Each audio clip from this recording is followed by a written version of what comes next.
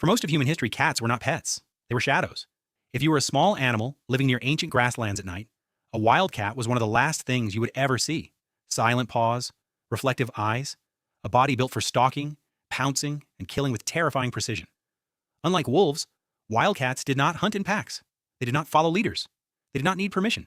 They were solitary predators, quiet, patient, and almost impossible to control. And yet somehow, this small, independent hunter became one of the most popular companion animals on Earth. Today, there are hundreds of millions of cats living with humans. They sleep on our furniture, knock objects off tables, stare at invisible things in corners, ignore expensive toys, and then decide that an empty cardboard box is the greatest invention in history. But cats were never really planned. No ancient village gathered around and said, we should domesticate a tiny predator that will live in our homes. Cats happened by accident. And the strangest part is this. Humans may not have domesticated cats in the traditional sense. Cats may have domesticated themselves. To understand how this happened, you have to imagine the world around 10,000 years ago. For hundreds of thousands of years, humans lived as hunter-gatherers. They moved from place to place, following animals, seasons, and wild plants, but then something changed. Humans began farming. They planted wheat, barley, and other crops. They built permanent settlements. And for the first time in history, humans started storing large amounts of food in one place. This was revolutionary for humans. But it was also revolutionary for mice. A human grain store was basically a paradise for rodents. Warm shelter, endless food, plenty of hiding places. As farming villages grew, mouse populations exploded.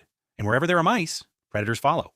Somewhere near the early farming settlements of the Near East, small wildcats began appearing at the edges of human life. They were not looking for humans, they were looking for prey. To a wildcat, a farming village was not a home. It was a hunting ground.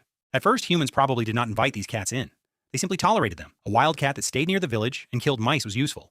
It protected grain. It reduced pests. It helped prevent food loss in a world where losing stored grain could mean starvation. But not every wildcat could live near humans. The most fearful cats stayed away. The most aggressive cats were probably killed or driven off. But the calmer ones, the ones that could tolerate human voices, smoke, children, dogs, and daily village life, had an advantage. They had access to endless prey. Over generations, the wildcats that were less afraid of humans survived better around settlements. They had more food, more opportunities to reproduce, and safer places to raise kittens. Humans did not need to lock them in cages or train them to obey. They just allowed the useful ones to stay. And slowly, without anyone fully realizing it, a new kind of animal began to emerge. Not fully wild, not fully controlled, something in between. The first cats. This is why the story of cats is so different from the story of dogs. Dogs were shaped by cooperation. Wolves followed human camps, learned to read human behavior, and eventually became partners in hunting, guarding, and survival. Cats followed mice. They did not join human society because they wanted to help us. They came because we accidentally created the perfect environment for them. In a sense, humans built the restaurant. Mice arrived for the buffet, and cats moved in as security.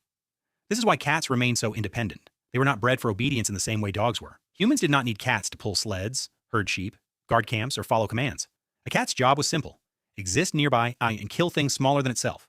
And cats were already extremely good at that. So domestication did not completely redesign them. It mostly made them more tolerant of us. That is why your house cat can curl up in your lap one moment and then suddenly attack your ankle, like it has remembered an ancient blood oath. The wild cat never fully disappeared. It just got comfortable indoors. Even today, domestic cats are still remarkably close to their wild ancestors. Their bodies are built like precision hunting machines. Their eyes are designed for low light. Their ears can rotate to detect tiny movements. Their whiskers sense nearby objects in darkness. Their flexible spines help them twist in midair. Their paws soften every step. Their claws stay hidden until the exact moment they are needed. A cat can hear sounds humans cannot hear. It can see movement in dim light far better than we can. It can leap several times its own body length. And when it plays with a toy, stalks your feet under a blanket, or crouches behind a chair before launching itself across the room, it is practicing the same hunting sequence its ancestors used thousands of years ago. Stalk, wait, pounce, bite. This is not random play. It is ancient software running inside a small animal that now lives next to a water bowl. For early farmers, cats were incredibly valuable. Rodents did not just eat grain. They contaminated food, damaged supplies, and attracted disease-carrying parasites. A good mouser could protect the difference between abundance and hunger. So humans gave cats something they rarely gave wild predators: permission. Permission to live near homes. Permission to sleep near storage areas. Permission to raise kittens close to people. And over time, this changed both species. Humans began to see cats not just as useful animals, but as familiar presences. Cats moved through villages, granaries, courtyards, and homes. They became part of the background rhythm of human life. They were not servants. They were not livestock. They were not exactly pets yet. They were neighbors with claws. One of the earliest clues that humans formed emotional bonds with cats comes from a burial on the island of Cyprus. Dating back around 9,500 years, archaeologists found a human buried with a cat nearby. This matters because cats are not native to Cyprus. Someone must have brought that cat there by boat. Think about that. Thousands of years ago, before empires, before writing spread widely, before the pyramids were built, humans were already carrying cats across the sea. That means cats had become more than random village predators. They mattered enough to travel with us. Later in ancient Egypt, cats became deeply woven into human culture. They were associated with protection, fertility, motherhood, and divine power. The goddess Bastet was often represented with the features of a lioness or domestic cat. Killing a cat in ancient Egypt could be treated as a serious offense. Families mourned cats. Cats were mummified. Some were buried with care. A creature that once slipped quietly around grain stores had become sacred. That is a strange journey, from pest control to godhood. But cats did not only adapt physically, they adapted socially. Adult cats in the wild do not usually meow at each other very much. Meowing is mostly something kittens do to get attention from their mothers. But domestic cats meow at humans all the time. They developed a communication system for us. Different meows can mean different things. Feed me, open this door, pay attention, stop touching me, continue touching me, or I have brought you something horrifying, and expect praise. Cats also use slow blinking, head rubbing, tail position, purring, and kneading to communicate. When a cat rubs its face against you, it is marking you with scent glands. In cat language, it is making you familiar. When a cat slowly blinks at you, it may be showing trust. When a cat needs a blanket or your stomach with its paws, it may be echoing the behavior kittens use while nursing. Your cat is not simply sitting in your house. It is constantly negotiating a relationship with you. On its own terms, obviously. And then there is purring. Purring is one of the strangest sounds in the animal world. Cats purr when they are comfortable, but they can also purr when they are stressed, injured, or giving birth. Some scientists believe purring may have a calming function. Others have suggested that the frequency of a cat's purr may even help with healing processes in bones and tissues, but whatever its original purpose, humans respond to it emotionally. A purring cat feels peaceful. It changes the atmosphere of a room. A small predator curls against your body, closes its eyes, and produces a sound that tells your nervous system, nothing dangerous is happening right now. That is powerful. Especially when you remember what this animal really is: a hunter, a survivor, a tiny descendant of wildcats that once approached human settlements not for affection, but for mice. But domestication also came with a cost. Although cats were not reshaped as aggressively as dogs, humans eventually began breeding them for appearance. Flat-faced breeds can suffer breathing and eye problems. Some hairless cats need special care to regulate temperature. Certain purebred lines have increased risks of inherited diseases. And yet, compared to many domesticated animals, cats remain unusually close to their wild form. A domestic cat released into the right environment can often hunt, reproduce, and survive without humans. This is part of what makes cats so fascinating, but also part of what makes them dangerous to local ecosystems. On islands and in vulnerable habitats, cats can devastate bird, reptile, and small mammal populations. The same hunting ability that made cats valuable to ancient farmers can become destructive when cats enter environments that did not evolve with them. The cat is both companion and predator. Soft enough to sleep in a child's bed.